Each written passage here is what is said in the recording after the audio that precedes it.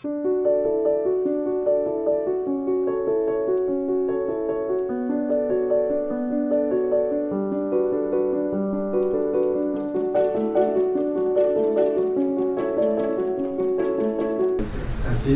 pagi Bapak Ibu sekalian. Saya Sugeng Raharjo, Bapak dan Ibu, saat ini bekerja di BSN, di Direktorat Sistem Penerapan Standar dan Penyesuaian. Bapak dan Ibu sekalian, terkait dengan topik mungkin nanti di agak-agak akhir, tapi di awal-awal saya ingin mengenalkan BSN dulu Bapak dan Ibu, karena tidak kenal tidak sayang. Ya, baik. Jadi Bapak dan Ibu, BSN ini adalah Badan Standarisasi Nasional. Dulu dibentuk sudah agak lama, tahun 2000 dengan peraturan pemerintah, tapi dimutakhirkan dengan Undang-Undang 20 tahun 2014 Bapak dan Ibu mengenai SPK. Tugas utamanya adalah merumuskan standar Bapak dan Ibu sekalian. Jadi kalau kita kenal SNI, Standar Nasional Indonesia, dokumen SNI itu yang merumuskan BSN. Tetapi ketika merumuskan itu tentu saja membutuhkan keahlian Bapak dan Ibu, dan juga dari komite teknis tadi itu disampaikan Pak Gambiro terlibat di dalam penyusunan SNI 915/97. Jadi kita memang ekspertisnya memang dari berbagai macam instansi Bapak dan Ibu, dari keahlian dari universitas, dari praktisi, dari laboratorium dan seterusnya. Jadi utamanya adalah menyusun standar, tetapi juga di samping menyusun standar, biasanya juga punya amanah Bapak dan Ibu untuk memelihara standar satuan ukuran, standar nasional satuan ukuran. Jadi kalau Bapak dan Ibu punya alat-alat ukur, mikrometer tadi disampaikan untuk menguji, tadi ada tekanan, ada pakai load cell pasti, itu dikalibrasi ke lab kalibrasi. Nanti standar yang dipakai untuk kalibrasi peralatan Bapak dan Ibu di lab standar kalibrasi itu dikalibrasi lagi ke BSN. Jadi standar itu nanti akan dikalibrasikan lagi ke tempat lain, Bapak Ibu, di lembaga meteorologi nasional lain, yang nanti terhubung langsung ke sistem internasional. Karena kita memang tidak memelihara standar primer Bapak dan Ibu, kita tidak memelihara primer atau sekunder, karena itu terlalu mahal bagi kita Bapak dan Ibu. Jadi standar-standar nasional kita akan terus ke SI melalui memang NMI atau lembaga meteorologi nasional di negara-negara masih Jerman, Jepang, Korea seperti itu. Jadi mereka yang memelihara standar-standar primer maupun sekundernya. Itu yang kita sebut dengan ketertelusuran Bapak dan Ibu. Jadi ketika Bapak dan Ibu mengukur, ketika menguji, hasil pengukuran maupun pengujiannya bisa tertelusur ke sistem internasional, sehingga pengukuran Bapak dan Ibu, pengujian Bapak dan Ibu bisa dibandingkan dengan pengujian di negara lain. Jadi ini fungsi yang kedua. Yang ketiga, kita juga punya Komite Akreditasi Nasional Bapak dan Ibu. Jadi kalau di atas ada BSN, ada KAN, itu memang dua lembaga yang berbeda, tetapi seperti kakak adik, karena sekretariat KAN itu ada di BSN. Jadi operasional Komite Akreditasi Nasional yang melakukan akreditasi kepada lembaga dan penyesuaian kepada laboratorium, lembaga sertifikasi. Topik kita adalah sertifikasi, itu adalah akreditasinya kepada Komite Akreditasi Nasional, seperti itu. Jadi sekilas saja Bapak dan Ibu. Lalu tadi kami sampaikan bahwa sekretariat KAN, Komite Akreditasi Nasional, ada di BSN. Ini sekedar untuk menggambarkan saja struktur di BSN Bapak dan Ibu. Yang tadi saya ceritakan bahwa standar itu ada dua, ada dokumen, ada fisik. Yang dokumen itu SNI, yang fisik itu ya standar-standar fisik Bapak dan Ibu, misalkan interferometer, triple point, kalau mengukur suhu Bapak Ibu, itu standar tertinggi tertentu. Itu standar fisik ada di sini. Terus ada yang menangani akreditasi. Jadi ini intro aja, ini ada biasanya adakan Bapak Ibu juga tidak bingung biasanya itu apa seperti itu. Nah terus terkait itu Bapak Ibu, maka Indonesia menyusun yang kita sebut dengan infrastruktur mutu pengukuran, infrastruktur mutu nasional. Jadi tadi ada fungsi yang melakukan penyusunan standar, ada fungsi yang melakukan akreditasi, ada fungsi yang memelihara standar fisik Bapak dan Ibu. Karena salah satu saja hilang, maka infrastruktur mutu kita jadi tidak jadi jatuh Bapak Ibu. Jadi ketika meteorologi atau pengukuran itu hilang, maka pengukuran kita, kalibrasi kita, sertifikasi kita tidak dipercaya lagi oleh negara lain. Ketika kita tidak ada standar, ya kita harus mengadop standar ISO. Beli standar ISO sangat mahal Bapak Ibu, satu standar bisa 2 jutaan, mungkin dengan terus sekarang lebih mahal lagi. Tapi ketika standar ISO diadop jadi SNI, bisa jadi hanya sekitar 100.000, 75.000 harganya. Jadi sangat-sangat murah. Dan yang tidak kalah penting juga peran dari lembaga sertifikasi maupun laboratorium uji. Karena kita ketika melakukan sertifikasi, mau tidak mau kita harus memerlukan fasilitas pengujian. Tadi Pak IGB menyampaikan di dalam sertifikasi tulang juga memerlukan pengujian, dan pengujian itu juga harus oleh lab yang kompeten seperti itu sekali. Jadi ini adalah infrastruktur mutu kita. Nah, kembali ke standar Bapak dan Ibu. Standar intinya adalah dokumen yang memuat persyaratan Bapak dan Ibu. Jadi tadi disampaikan oleh Pak IGB juga di dalam bedah standarnya bahwa di dalam standar itu ada klasifikasi, ada spesifikasi, ada penandaan. Jadi ada persyaratan Bapak dan Ibu ketika dibuat, maka ada klasifikasinya sendiri. Ada tipe-tipenya. Jadi kita membuat produk, kalau ingin mengikuti standar, itu tipe-tipe itu. Lalu juga spesifikasi artinya kita punya sesuatu yang diaju. Ketika kita menguji, kita bandingkan hasil ujinya dengan spesifikasi, memenuhi syarat mutu atau tidak. Kalau tidak memenuhi, berarti produk kita gagal, atau nanti diuji ulang. Tadi disampaikan Pak IGB, ada uji ulang dengan prosedur tertentu, maka ketika memenuhi nanti lulus. Jadi isi standar ya seperti itu. Ada spek, ada pedoman, aturan umum, pedoman umum yang diikuti oleh semua pihak agar kita punya untuk mencapai tujuan. Karena standar itu tujuannya macam-macam Bapak. Dibikin untuk spek produk, standar dibikin untuk saling interoperabilitas. Jadi ketika kita mecah-mecah part gitu, kita beli dari tempat lain dengan mengikuti standar, maka produsen dari tempat lain itu juga bisa kita pasang di produk kita. Jadi interchangeability-nya bisa dan seterusnya. Jadi tergantung kepada tujuan dari standar itu dibuat. Nah Bapak dan Ibu, ketika kita ngomong sertifikasi, maka tadi ada akreditasi. Salah satu servisnya adalah memberikan akreditasi kepada lembaga sertifikasi. Lalu bedanya apa antara akreditasi dan sertifikasi?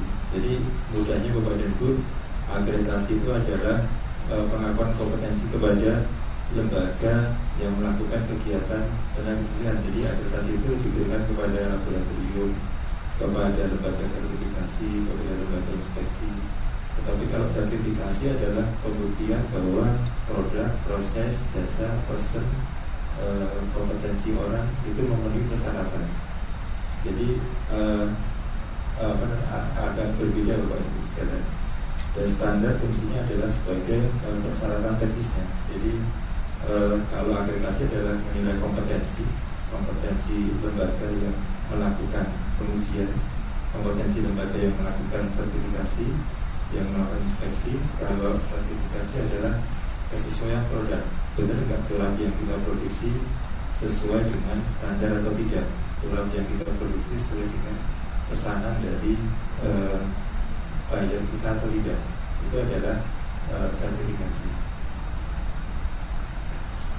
Nah, ini jasa yang diberikan Komite Akreditasi Nasional Bapak dan Ibu sekalian. Jadi ada banyak sekali jasa yang diberikan karena memang Komite Akreditasi Nasional adalah satu-satunya lembaga akreditasi di Indonesia untuk bidang penilaian kesesuaian. Jadi kalau Bapak dan Ibu dengar ada BNPT, Badan Akreditasi Perguruan Tinggi, itu di luar ini Bapak dan Ibu, di luar lingkup dari Komite Akreditasi Nasional. Akreditasi rumah sakit itu di luar ini, di luar lingkup Komite Akreditasi Nasional. Jadi Komite Akreditasi Nasional memberikan akreditasi kepada lembaga sertifikasi, kepada laboratorium, ada penelitian, kalibrasi medik, lab medik itu juga diakreditasikan. Lembaga inspeksi, lembaga validasi verifikasi. Kalau saya baca ini ada itu industri hijau pasti terkait dengan validasi verifikasi gas rumah kaca, Bapak Ibu sekalian. Dan yang terakhir adalah untuk uji profisiensi dan juga untuk bahan ajuan. Kalau saya lihat profilnya Mas kita selain punya lab yang tertentu juga sudah mampu menyediakan uji profisiensi, menyelenggarakan uji profisiensi. Itu salah satu yang diakreditasi oleh jadi penyelenggaranya, bagaimana melakukan uji profisiensi, membandingkan lab satu dengan lab lain, kompetensinya sama atau tidak. Nah, kenapa akreditasi Bapak Ibu sekalian? Jadi ketika kita punya produk, terus kita bawa produk kita itu ingin disertifikasi, pasti kita pergi ke lembaga sertifikasi. Bapak dan Ibu pasti akan bertanya, ini lembaga sertifikasi ini siapa? Kompetensinya gimana? Dia kredibel atau tidak? Bersih atau tidak? Auditornya kompeten atau tidak? Lembaganya bisa dipercaya atau tidak? Jadi banyak pertanyaan seperti itu Bapak dan Ibu. Jadi akreditasi ini memastikan bahwa lembaga yang melakukan sertifikasi ini bisa dipercaya, kredibel, punya sumber daya yang dibutuhkan, punya proses yang sesuai dengan standar dan seterusnya. Jadi inti dari akreditasi ya memberikan kepercayaan kepada pelaku usaha. Meski selain yang lain-lain Bapak Ibu. Jadi ketika ada perkara dibawa ke pengadilan, bisa jadi akreditasi lembaga itu akan menjadi objek Bapak Ibu, karena ketika lembaga yang melakukan pengujian itu pasti akan ditanya, Anda menguji ini apa kompetensi Anda, siapa yang memastikan kompetensi Anda. Lembaga sertifikasi pun juga demikian. Jadi saya sering menjadi tenaga ahli Bapak Ibu di pengadilan karena masalah-masalah seperti ini. Sekarang itu semakin banyak Bapak Ibu kasus-kasus di pengadilan terkait dengan akreditasi laboratorium maupun lembaga sertifikasi. Nah, Bapak dan Ibu tadi juga disampaikan bahwa ini dalam rangka persiapan sertifikasi wajib Bapak dan Ibu. Jadi kalau saya baca-baca juga saya searching mau dilakukan wajib setelah SNI-nya. Maka Bapak dan Ibu ketika kita ingin nanti kalau diwajibkan berarti produk kita harus disertifikasi, harus diberi tanda SNI. Nah, siapa itu yang memberi tanda ya? Intinya lembaga yang diakreditasi oleh Bapak dan Ibu. Jadi kalau kita lihat di peraturan saya nggak di Kementerian Perindustrian, kalau diwajibkan pasti akan minta produk itu disertifikasi oleh lembaga sertifikasi yang diakreditasi oleh kami. Labnya pun juga demikian Bapak dan Ibu, karena lab dan lembaga sertifikasi tidak bisa dipisahkan. Lab melakukan pengujian terhadap produk, sehingga hasil lab itu nanti akan menjadi bahan bagi lembaga sertifikasi untuk membuat keputusan ini sertifikasi lulus atau tidak. Karena tadi itu ada prasyarat tadi, ada spesifikasi tadi. dari pengujian akan ditetapkan bahwa ini sesuai spek atau tidak. Jadi sekali lagi bahwa itu untuk bisa menyematkan logo SNI di produk kita, maka produk kita harus disertifikasi oleh lembaga sertifikasi yang diakreditasi oleh Komite Akreditasi Nasional. Nah, Bapak dan Ibu, akreditasi maupun sertifikasi pada prinsipnya adalah voluntary, Bapak dan Ibu sekalian. Jadi seperti sekarang Bapak dan Ibu, SNI 9156, 9157, Bapak dan Ibu tidak diakreditasi pun, tidak disertifikasi pun juga baik-baik saja, maksudnya bisa dijual, dipasarkan. Ya, siapa yang mau beli silakan, meskipun tidak disertifikasi. Jadi, tapi kalau ingin membuktikan bahwa produk saya memenuhi standar, maka sertifikasi adalah salah satu jalan Bapak Ibu untuk membuktikan produk kita memenuhi spesifikasi atau standar. Kita tidak bisa menyatakan produk kita memenuhi standar tanpa proses sertifikasi. Jadi pada prinsipnya akreditasi LS-nya lembaga sertifikasi, akreditasi tidak akreditasi juga dia bisa jualan, dia bisa memberikan servisnya. Produk Bapak dan Ibu disertifikasi maupun tidak disertifikasi juga tetap bisa dijual. Jadi ini yang sifat dasarnya dulu. Tetapi Bapak dan Ibu sekalian, ketika produk kita itu menyangkut keamanan, kesehatan, keselamatan, bisa jadi pemerintah menganggap ini penting, perlu untuk diwajibkan. Jadi ketika pemerintah menganggap bahwa air mineral yang ada di depan Bapak dan Ibu ini adalah membahayakan, kalau diminum tidak sesuai standar membahayakan, maka pemerintah mewajibkan air mineral yang di depan Bapak dan Ibu harus disertifikasi. Jadi kalau tidak ada sertifikasinya tidak bisa diedarkan di masyarakat. Artinya nanti akan menjadi wajib. Jadi yang mewajibkan adalah Kementerian Bapak dan Ibu, jadi bukan BSN, karena BSN tidak punya kewenangan itu. Jadi BSN hanya membuat dokumen standarnya saja, tetapi nanti yang mewajibkan adalah Kementerian atau regulator. Lalu sertifikasi atau akreditasi juga bisa menjadi prasyarat ketika kita bertransaksi antara pembeli dan penjual.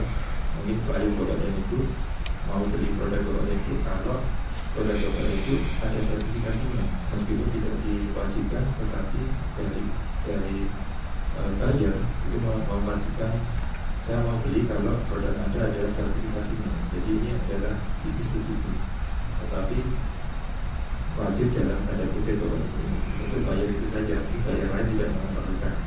Jadi wajib dalam tanda kutip prasyarat saja itu untuk kita berbisnis. Terus Bapak dan Ibu akreditasi maupun sertifikasi juga dibatasi lingkup. Jadi ketika nanti Bapak dan Ibu mencari lembaga sertifikasi yang cocok untuk produk Bapak dan Ibu tidak hanya melihat ini dari akreditasi saja, tapi Bapak Ibu mencari lembaga sertifikasi ini sudah akreditasi, lingkupnya mana. Jadi akreditasi itu bukan berarti bisa melakukan semuanya. Jadi akreditasi dibatasi oleh lingkupnya. Jadi lingkupnya dia bisa mensertifikasi produk apa, itu ada di dalam lampiran sertifikat akreditasi. Jadi nanti Bapak Ibu cek ini benar atau tidak. Tetapi kebiasaan di Kemenperin Bapak dan Ibu, ketika di berapa wajib, maka baik itu lembaga sertifikasi maupun lainnya dituju oleh Kemenperin, sehingga Bapak Ibu tidak susah-susah cari lagi mengecek lampiran, cukup nanti melihat SK penunjukannya saja, peraturan Menteri Perindustrian penunjukan lembaga sertifikasi laboratorium untuk SNI 915 dan 57. Jadi seperti itu. Nah terus biaya Bapak dan Ibu, biaya untuk akreditasi ditetapkan oleh pemerintah melalui peraturan pemerintah karena kita lembaga negara. Tetapi untuk sertifikasi, karena ada lembaga pemerintah dan juga swasta yang main di situ, maka sertifikasi ini biayanya ditetapkan oleh lembaga sertifikasi sendiri. karena di standar tidak menetapkan biaya, tetapi di standar menetapkan kompetensi lembaga sertifikasi. Jadi biaya kembali kepada lembaga sertifikasi yang menetapkan. Ini lembaga sertifikasi satu dan lain berbeda-beda tergantung servisnya, tetapi juga yang penting adalah ketika melakukan sertifikasi ini yang persyaratan standarnya dipenuhi oleh dia, sehingga Bapak dan Ibu nanti akan bisa melihat lembaga sertifikasi pemerintah, swasta itu agak beda. Jadi Bapak dan Ibu punya pilihan mau yang mana seperti itu. Nah, Bapak dan Ibu, ini contoh Bapak dan Ibu lembaga sertifikasi yang sudah diakreditasikan untuk 9156 dan 57. Jadi contoh yang sebelah kiri ini adalah BRIN, Bapak dan Ibu, Electoral BRIN, Badan Riset Inovasi Nasional. Dan sebelah kanan LSPro ITS, Global Inspeksi Sertifikasi untuk 9157. Jadi ini yang saya tadi sampaikan ini gitu. Jadi akreditasi dibatasi oleh lingkup ini. Nah, Bapak dan Ibu, kalau kita lihat, nanti kita akan bahas juga, ini ada yang kita sebut dengan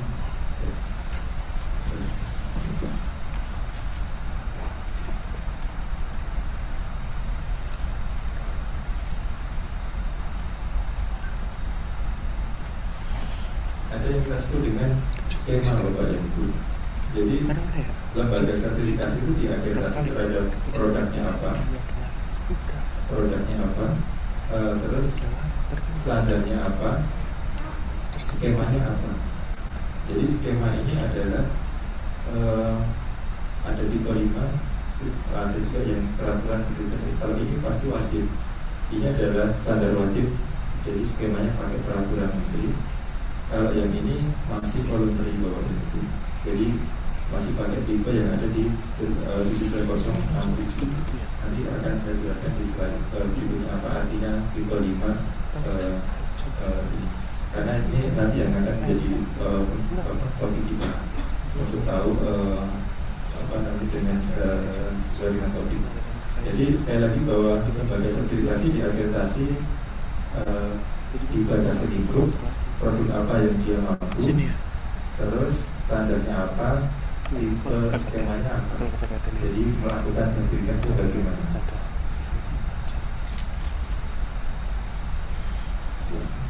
Jadi Bapak dan Ibu, skema adalah intinya, skema itu isinya adalah persyaratan sertifikasi, aturan dan prosedur sertifikasi. Jadi kalau ada produk tadi, ada produk turap tadi disertifikasi, persyaratan pakai standar yang mana, itu nanti disebutkan di dalam skema. Cara sertifikasinya seperti apa? Tadi kan ada macam-macam, ada tipe 5, tipe 4, tipe 3, tipe 2, tipe 1. Itu beda-beda caranya. Jadi sehingga nanti itu akan membuat prosedur sertifikasi antara produk satu dengan produk lain itu berbeda-beda. Lalu aturan sertifikasi. Jadi aturan sertifikasi juga ada di dalam skema. Jadi aturan sertifikasi itu ketika perusahaan kita produk kita disertifikasi oleh lembaga sertifikasi, aturan sertifikasinya apa? Misalkan Bapak Ibu harus bayar apa, kewajibannya apa, haknya apa, dan seterusnya, itu ada di dalam aturan sertifikasi. Jadi inilah yang kita sebut dengan skema sertifikasi. Jadi ini contoh Bapak dan Ibu skema sertifikasi. Karena kenapa penting Bapak Ibu? Karena lembaga ini diakreditasi atas kompetensi dia menjalankan skema sertifikasi.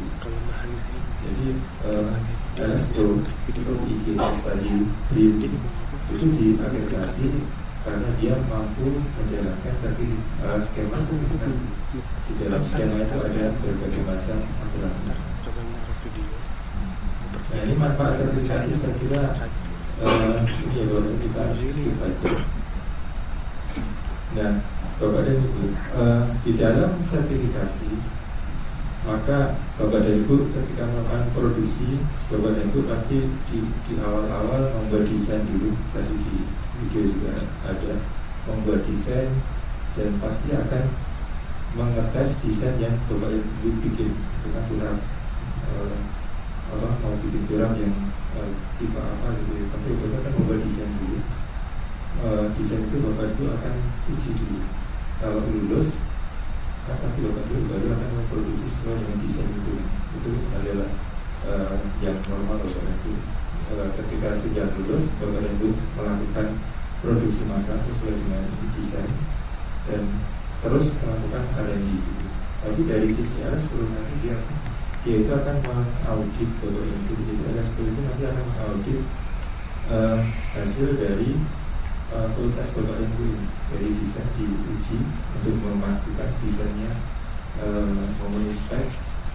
Ini nanti akan LS10 cek Bapak Ibu full testnya mana. Ketika melakukan produksi tadi Bapak Ibu berproduksi 100.000 batang, diambil 2 batang untuk dites, itu juga nanti akan dicek oleh LS10 pelaksanaannya benar tidak, nanti yang 2 batang itu juga lulus, kalau nggak lulus seperti apa dan seterusnya. Terus kalau sudah lulus Bapak Ibu tesnya lulus, Bapak Ibu ketika melakukan berproduksi juga rutin tesnya juga Bapak Ibu lakukan dengan ketat Bapak Ibu. Maka nanti kalau Bapak Ibu lulus semuanya di sini ya Bapak Ibu akan dapat sertifikasi. Dan setelah itu maka prosesnya adalah proses pemeliharaan. Jadi di antara sertifikasi dan sertifikasi ulang itu di tengah-tengah itu ada yang kita sebut dengan surveillance atau pengawasan Bapak Ibu. Jadi setiap tahun biasanya itu akan ada surveillance dari lembaga sertifikasi. Jadi kira-kira Bapak Ibu sertifikasi itu seperti ini.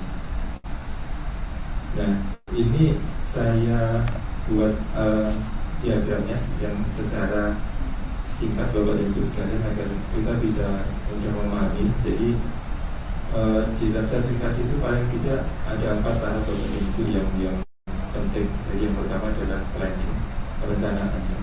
Yang kedua itu adalah auditnya sendiri Bapak Ibu, audit.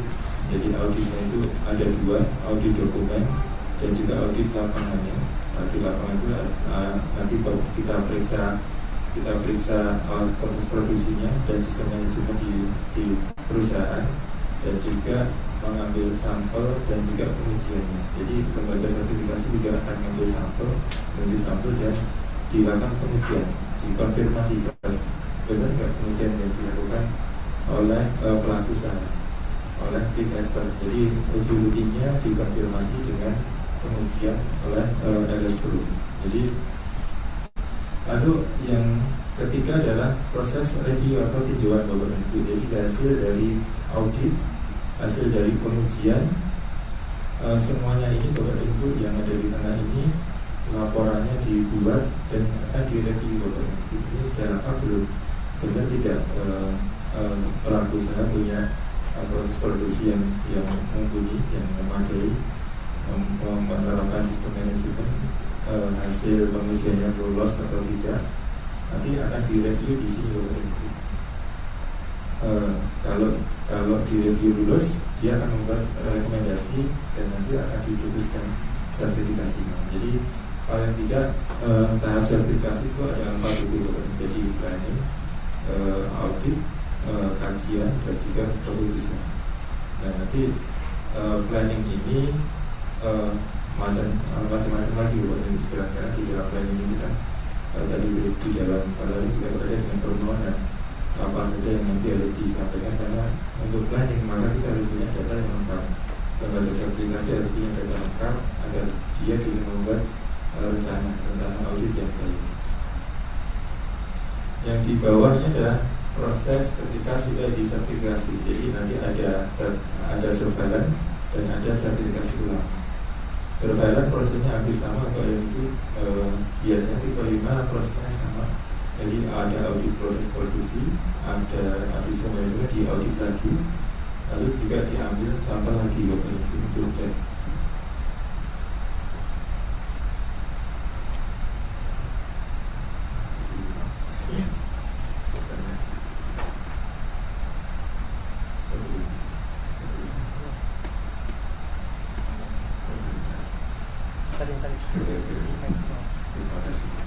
Jadi Bapak dan Ibu, tadi kami sampaikan permohonan ini masuk di dalam tahap planning tadi. Untuk bisa melakukan planning dengan baik, maka lembaga sertifikasi butuh data-data Bapak dan Ibu. Dia akan minta data pemohon, minta siapa yang memohon, punya legal atau tidak. Karena ini penting Bapak dan Ibu, legalitas adalah salah satu persyaratan sertifikasi. Jadi harus punya legal, perusahaan harus punya legal. Tidak bisa persen per persen itu minta sertifikasi. Lalu lokasi pabriknya di mana atau lokasi produksinya di mana, dan informasi lain yang dibutuhkan Bapak dan Ibu. Mungkin yang saya ini hanya sebagian kecil saja, tapi mungkin nanti akan banyak Bapak dan Ibu. Jadi terus informasi barangnya Bapak dan Ibu. Jadi mereknya apa, tipenya seperti apa, produknya itu ini disertifikasi terhadap asli yang mana. Lalu dia juga akan minta list bahan bakunya, akan minta desainnya Bapak dan Ibu, dan juga laporan uji tipenya dan informasi lain. Jadi selalu Bapak dan Ibu, tipsnya adalah selalu berkonsultasi dengan lembaga sertifikasi. Jadi untuk detailnya apanya, tapi minimal yang saya sampaikan tadi. Lalu juga lembaga sertifikasi juga akan minta informasi proses produksinya. Jadi alurnya seperti apa, dari proses A, B, C, D, E sampai jadi produk akhir. Itu prosesnya seperti apa, siapa saja pemasoknya, Bapak Ibu, dari bahan-bahan baku itu pemasoknya siapa aja, bagian ahli proses produksinya seperti apa, peralatannya yang dipakai apa saja. Karena nanti juga akan diaudit Bapak Ibu, peralatannya dikalibrasi atau tidak. Lalu juga rekaman-rekamannya dan seterusnya. Jadi ini yang nanti akan dicek di awal tadi oleh lembaga sertifikasi untuk dia bisa membuat planning yang baik seperti itu. Jadi sekali lagi bahwa Bapak dan Ibu untuk ini ya, kontak dengan lembaga sertifikasinya ada, butuh apa saja. Biasanya mereka sudah punya form bakunya seperti itu. Nah, ketika lembaga sertifikasi itu terima permohonan sertifikasi dari pelaku usaha, maka dia melakukan kajian permohonan, memastikan data-data itu lengkap, memastikan bahwa lembaga sertifikasi punya kemampuan untuk melayani permintaan Bapak dan Ibu. Jadi jangan tadi itu, karena lembaga sertifikasi punya lingkup, jangan sampai dia itu ketika terima ternyata di luar lingkup dia itu, atau mungkin sedang sumber daya sedang tidak memungkinkan. Itu bisa jadi Bapak Ibu. Jadi mungkin auditornya sedang sakit, labnya sedang problem dan seterusnya. Itu menjadi kajian. Tapi ini prosesnya ada di lembaga sertifikasi, tidak di Bapak dan Ibu sekalian. Lalu kalau sudah Bapak dan Ibu akan ada perjanjian sertifikasi. Jadi antara lembaga sertifikasi dan Bapak dan Ibu sebagai pemohon sertifikasi akan ada perjanjian. Jadi mengatur apa yang harus dilakukan oleh Bapak dan Ibu, apa yang akan dilakukan oleh lembaga sertifikasi, bagaimana arrangement terhadap kegiatan audit, arrangement transport, akomodasi auditor dan seterusnya. Jadi ini nanti akan ada di perjanjian sertifikasi. Karena harus ada kontrak dulu sebelum lembaga sertifikasi bekerja, harus ada kontrak dulu antara lembaga sertifikasi dan pemohon. Lalu akan ada penunjukan tim dan nanti akan disampaikan kepada Bapak Ibu sekalian. Ini tim Bapak Ibu punya hak untuk menolak. Jadi kalau Bapak Ibu melihat timnya misalkan kok punya konflik kepentingan ya dengan kita gitu, yaitu Bapak Ibu punya hak untuk menolak. Jadi bukan berarti kalau dari lembaga sertifikasi kasih nama tim Bapak Ibu harus terima, enggak. Bapak Ibu punya hak untuk menolak tim kalau memang Bapak dan Ibu merasa timnya ini punya konflik kepentingan. Kalau sudah setuju Bapak dan Ibu, sudah tanda tangan perjanjian, sudah setuju, data-data lengkap, maka dimulailah audit dokumen. Jadi dokumen-dokumen, rekaman-rekaman yang tadi disampaikan akan direview oleh tim.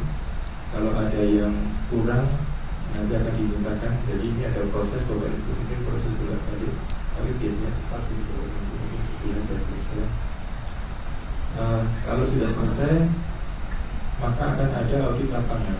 Tadi yang kami sampaikan. Jadi pada prinsipnya tipe 5 itu adalah audit proses produksi, audit sistem manajemen, dan juga sampling dan pengambilan sampling dan pengujian. Jadi ini adalah yang umum untuk tipe 5. Jadi akan nanti dilakukan factory inspection, akan dicek bahwa prosedur-prosedurnya, rekaman QC-nya, dari utility dan seterusnya, kompetensi orang, apakah aparatur sudah dilatih, terlatih, apakah sudah tahu dengan prosedur dari perusahaan dan seterusnya yang terkait dengan pekerjaan dia dan seterusnya. Ini akan dicek itu oleh tim audit. Mereka akan mengambil sampel sesuai dengan kebutuhan Bapak Ibu dan nanti diuji. Pengujian ini Bapak Ibu bisa dilakukan di lab independen. Jadi lembaga sertifikasi bisa punya lab sendiri atau bisa punya kontrak dengan lab lain, atau kalau tidak ada bisa jadi menguji di tempat Bapak Ibu sekalian. Kalau Bapak Ibu punya lab, misalkan di PT Waskita gitu punya lab yang sudah terakreditasi juga, bisa jadi lembaga sertifikasi menguji di tempat situ. Tetapi ketika melakukan pengujian, personel lembaga sertifikasi akan menyaksikan pengujian. Jadi memastikan bahwa pengujiannya ini adalah pengujian yang imparsial Bapak Ibu, bukan karena menguji produk sendiri terus ujinya bagus itu enggak. Jadi lembaga sertifikasi akan melakukan penyaksian, memastikan pengujiannya itu imparsial, adil, Bapak Ibu, jujur seperti itu. Jadi ini Bapak Ibu tadi saya sudah sampaikan. Jadi untuk proses produksi ya akan cek inspeksi pabrik, akan cek quality control, akan cek peralatan, fasilitas, akan cek pengendalian dari bahan baku sampai nanti jadi produk. Kalau ada produk tidak sesuai, bagaimana tindak lanjutnya, bagaimana pelaku usaha memisahkan itu dan apa yang dilakukan. Minimal ini Bapak Ibu untuk audit proses produksi. Lalu ambil contoh dan pengujian. Nah di dalam audit Bapak Ibu sekalian, mungkin lembaga sertifikasi akan menemukan ketidaksesuaian, non-conformity. Jadi kalau ada ketidaksesuaian juga nanti akan dimintakan untuk perbaikan kepada Bapak dan Ibu sekalian. Jadi kalau ada ketidaksesuaian diberikan waktu, akan diberikan waktu tertentu gitu, sebulan 2 bulan untuk diperbaiki. Setelah itu akan diverifikasi.